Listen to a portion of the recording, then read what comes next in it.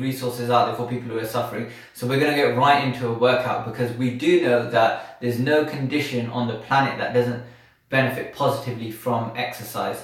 So let's get right into it. We're going to do a couple of minutes, 4 minutes of exercise, and if you do this on a daily basis, it's going to significantly impact your coccydynia or your tailbone pain. So first exercise is called glute bridge. You're going to lie on a surface like a carpeted floor or a bed, and then you're going to lift your hips up. I'll show you what I mean. And you're going to repeat repetitions of that for 60 seconds. So you're going to get onto a flat surface like so.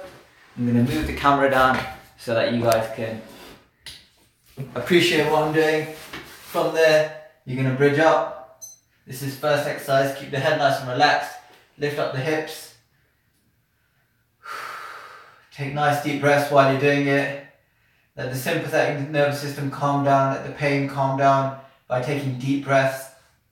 This strengthens the pelvic floor as well as strengthening the core stabilizers, and the pelvic floor, like levator ani, is known to be related to the coccyx pain. So we're going to be correcting the coccyx, we're going to be affecting the supporting muscles by doing this exercise. So these exercises are really, really important to relieve tailbone or coccydynia or coccyx pain.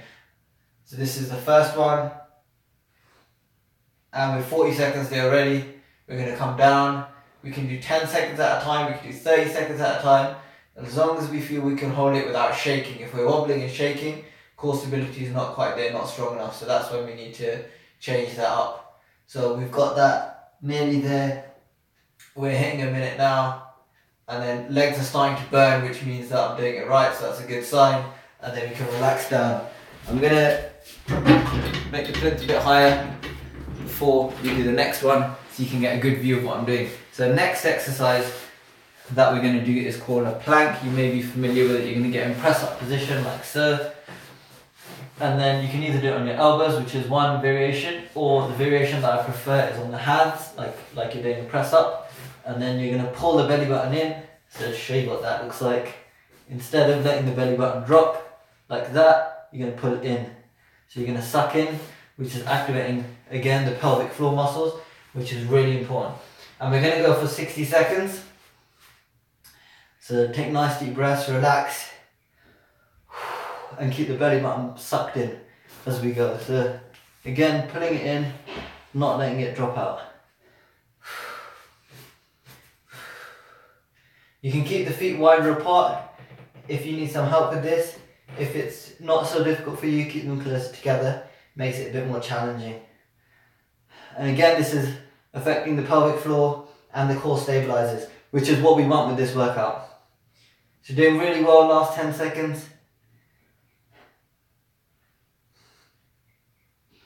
Last 5. Should be shaking now. If you need a break, take a break for 5 seconds, pause the video, and then come back up again and get back to it. So next exercise now, we've done 2 minutes already. This is side plank. You can do it on the hand, you can do it at the elbow. I'm going to do it on the elbow just to stay in shot. But 1 foot either, 1 foot in front of the other like so, or 1 foot on top of the other if you want to make it more difficult.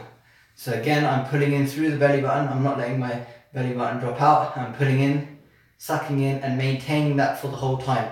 And that's how I know that my pelvic floor, my core stabilizers are being activated. And we're going to do this for 30 seconds and then switch over to the other side. You're doing really well. Kind of 1.5 minutes to go. Nice deep breaths again. Trying to get the sympathetic nervous system to relax, which will affect our experience of pain. And you can do these exercises twice a day, every day, until your coccyx pain resolves. Switch over to the other side. And this is in conjunction with doing things like lifestyle changes. So if you're sitting on a sofa, if you're sitting on a surface which is aggravating the tailbone pain, then we want to make sure that you change that. You may want to sit on a donut shaped cushion, which there's one I recommend, which I'll put a link to in the description box below. But you may also just want to reduce the amount of sitting you're doing. So if you're going on a car journey, if you can negotiate not having to go, or if you have a long commute at work, or you have to sit for long periods of time, or sit for long periods of time at work, if you can sit stand or get a sit stand workstation, or change your commute so you don't have to sit for such long periods, These are all strategies that you have to put in place because coccydynia takes months to resolve, potentially, and there's no quick fix. That's why we need to put systems in place, and you're the one that's going to make it better. So you've got to change your lifestyle, you've got to do these exercises in order to get better and manage the pain through things like heat, applying heat to the area. So last 5 seconds. And belly button tapping all the time. And relax. So you're doing really well so far. So we did a plank for a minute.